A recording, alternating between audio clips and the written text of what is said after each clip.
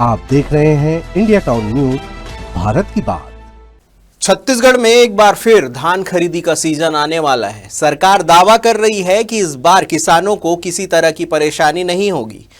खरीदी केंद्रों पर सभी इंतजाम उचित होंगे। साफ सफाई से लेकर टोकन सिस्टम तक सब पारदर्शी होगा। लेकिन जब इंडिया टाउन न्यूज की टीम ने ग्राउंड पर जाकर सारी हकीकत देखी तो तस्वीर कुछ और ही निकली। धान खरीदी की तैयारी का दावा तो बड़ा है, लेकिन सवाल यह है कि क्या वाकई 15 नवंबर से पहले सब कुछ तैयार हो पाएगा। नमस्कार, जय जोहार। आप देखना शुरू कर चुके हैं इंडिया टाउन न्यूज, भारत की बात, और मैं हूं आपके साथ सुधीर मिश्रा। आइए दिखाते हैं बैठक से लेकर जमीनी सच्चाई तक की पूरी कहानी।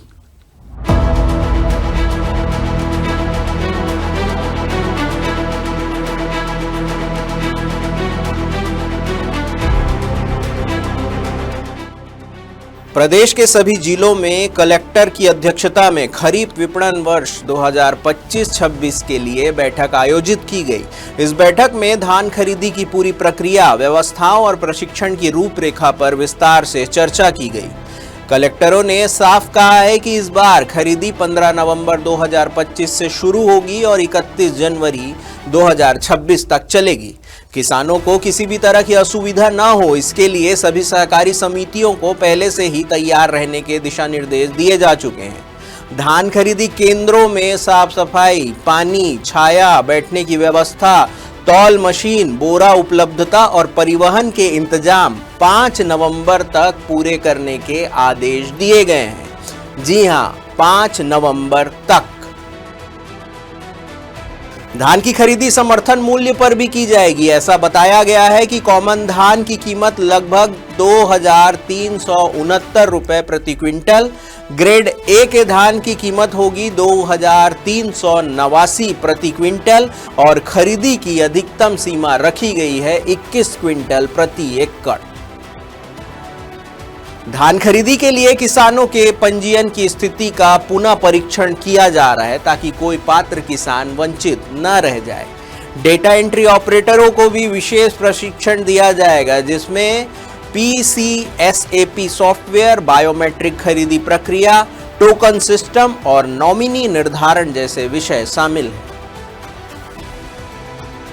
तो कागज पर तैयारी पूरी है, लेकिन जमीनी सच्चाई क्या कहती है? जब हमारी टीम धान खरीदी केंद्र पर पहुंची तो सामने आया हकीकत का वो चेहरा जो किसानों को चिंतित कर सकता है। ये कोई धान का यहाँ पे स्टोरेज नहीं है। हम आज पहुंचे हैं ठेलकाडी के धान संग्रहण केंद्र में। आगामी 15 नवंबर को छत्तीसगढ़ में धान खरीदी शुरू होने वाली है और अभी जो स्थिति है उससे हम आपको जायजा करवाते हैं। चलिए दिखाते हैं आपको वो सच्चाई जो किसानों के हित की बात करते हैं, और वर्तमान में जो स्थिति है उसको आप देखकर खुद ही अंदाजा लगा सकते हैं कि अभी वर्तमान में क्या यहाँ हालात हैं। क्योंकि धान की फसल पक चुकी है, किसानों को इंतजार है अपने धान को बेचने का और तारीख भी घोषित हो चुकी है। एक हिसाब से कहा जाए कि 15 नवंबर से धान खरीदी शुरू होनी है। एक और ऑपरेटर हड़ताल पर बैठे हुए हैं। अधिकारी कर्मचारी एसी कमरे में बैठकर घोषणा कर देते हैं कि 15 नवंबर से धान खरीदी शुरू होने वाली है। लेकिन आप यहाँ के हालात देख लीजिए, यहाँ के रोड देख लीजिए और यहाँ की व्यवस्था देख के आप खुद अंदाजा लगा सकते हैं कि क्या 15 नवंबर से धान खरीदी शुरू हो पाएगी। ये बहुत बड़ा सोचने का विषय है, या फिर आनन फानन में व्यवस्था की जाएगी। कई जिलों में अभी तक धान खरीदी केंद्रों की सफाई तक नहीं हुई है। कहीं तौल मशीनें खराब पड़ी है तो कहीं बोरा और तिरपाल की कमी है। धान भंडारण के लिए बनाए गए खुले गोदाम में कैंप कवर और पॉलीथीन फटे हुए हैं। कुछ जगह पर तो बाउंड्री वॉल और पानी की व्यवस्था तक अधूरी है। किसान सवाल पूछ रहे हैं कि जब धान कटाई शुरू हो चुकी है तो क्या 15 नवंबर तक वाकई सब कुछ तैयार हो पाएगा। यहाँ पर ना ही कोई कर्मचारी उपस्थित है और ना ही कोई अधिकारी उपस्थित है। ना रोड है, ना पानी की व्यवस्था है, ना लाइट की व्यवस्था है। आखिर कैसे खरीदी होगी यहाँ पर? किसानों को बारदाना के लाले पड़े हुए हैं, लेकिन यहाँ वर्तमान में स्थिति देखिए, यहाँ पे बारदाना सड़ते पड़ा है। करोड़ों का घोटाला हो गया है इस बारदाने के लिए, और इस घोटाले को तो छोड़िए, यहाँ पर ये बारदाना ऐसी सड़ते हुए पड़े हुए हैं, कोई इसकी सुध लेने वाला नहीं है। कहाँ है वो सियासतदान जो इस पर नज़र रखते हैं? तो चलिए अब आपको बताते हैं कि किसानों के हित और सुरक्षा के लिए सरकार ने क्या क्या नए कदम उठाए हैं जिससे किसानों की मदद हो सके। इस बार सरकार ने पारदर्शिता के लिए कई नए अहम कदम उठाए हैं। धान खरीदी बायोमेट्रिक वेरिफिकेशन सिस्टम के आधार पर होगी। किसानों को टोकन मोबाइल ऐप जिसका नाम है तुहर टोकन से खरीदी की तारीख और समय मिलेगा। आधार OTP वेरिफिकेशन से बिना किसान की सहमति के कोई टोकन जारी नहीं होगा। खरीदी इलेक्ट्रॉनिक तौल यंत्रों से ही होगी, केवल अपवाद में ही मैनुअल तौल की अनुमति है। साथ ही धान के अवैध परिवहन पर निगरानी के लिए अंतरराज्यीय चेकपोस्ट बनाए गए हैं। 4 टीमें 3 शिफ्टों में 24 घंटे निगरानी रखेगी। धान विक्रय की राशि किसानों के बैंक खातों में डिजिटल ट्रांसफर में जाएगी। किसानों को केंद्र पर ऋण पुस्तिका लाने की जरूरत नहीं होगी। ये बहुत अहम फैसला है क्योंकि खरीदी पोर्टल पर ID के आधार पर उनकी पहचान होगी। खास बात यह भी है कि इस साल भूमिहीन किसान, वन अधिकार पट्टाधारक और ग्राम कोटवार वर्ग को पंजीयन से छूट दी गई है। लेकिन अगर सारी तैयारी इतनी पुख्ता है तो सवाल ये उठता है कि धान खरीदी केंद्रों की ये हालत क्यों है? गोदाम में फटे तिरपाल क्यों पड़े हुए हैं और किसानों को अभी भी टोकन के लिए लंबी लाइन में क्यों लगना पड़ रहा है? हमने जो ग्राउंड से आपको तस्वीरें दिखाई है वो प्रशासन के दावों की पोल खोल देती है।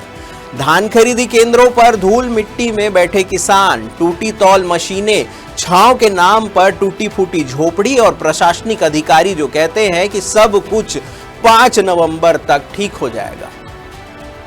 चलिए बात करते हैं भंडारण और मार्कफेड की जिम्मेदारी की। धान के सुरक्षित भंडारण के लिए मार्कफेड को जिम्मेदारी दी गई है।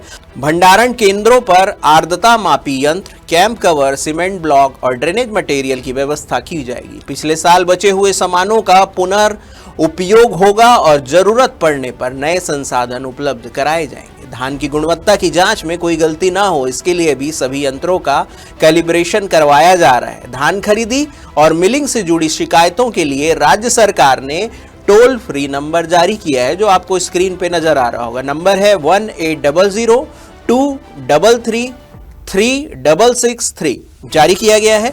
3 दिनों में शिकायतों का निपटारा करने का वादा किया गया है। राज्य स्तर पर उपार्जन एजेंसी और जिला स्तर पर कलेक्टर इस काम की निगरानी करेंगे। धान खरीदी के ये दावे, किसानों की ये उम्मीदें दोनों ही इस राज्य की कृषि आत्मा से जुड़ी हुई है। लेकिन सवाल यही है, क्या वाकई इस बार किसानों को टोकन से लेकर भुगतान तक किसी परेशानी का सामना नहीं करना पड़ेगा, या फिर यह भी एक और धान खरीदी का वादा बनकर रह जाएगा? इंडिया टाउन न्यूज लगातार इस विषय पर नजर बनाए रखेगा क्योंकि यह सिर्फ धान नहीं, किसान के विश्वास की खरीदी है। फिलहाल के लिए बस इतना ही। देश प्रदेश की तमाम खबरों से अपडेट रहने के लिए जुड़े रहिए इंडिया टाउन न्यूज के साथ। नमस्कार। आप देख रहे हैं इंडिया टाउन न्यूज, भारत की बात।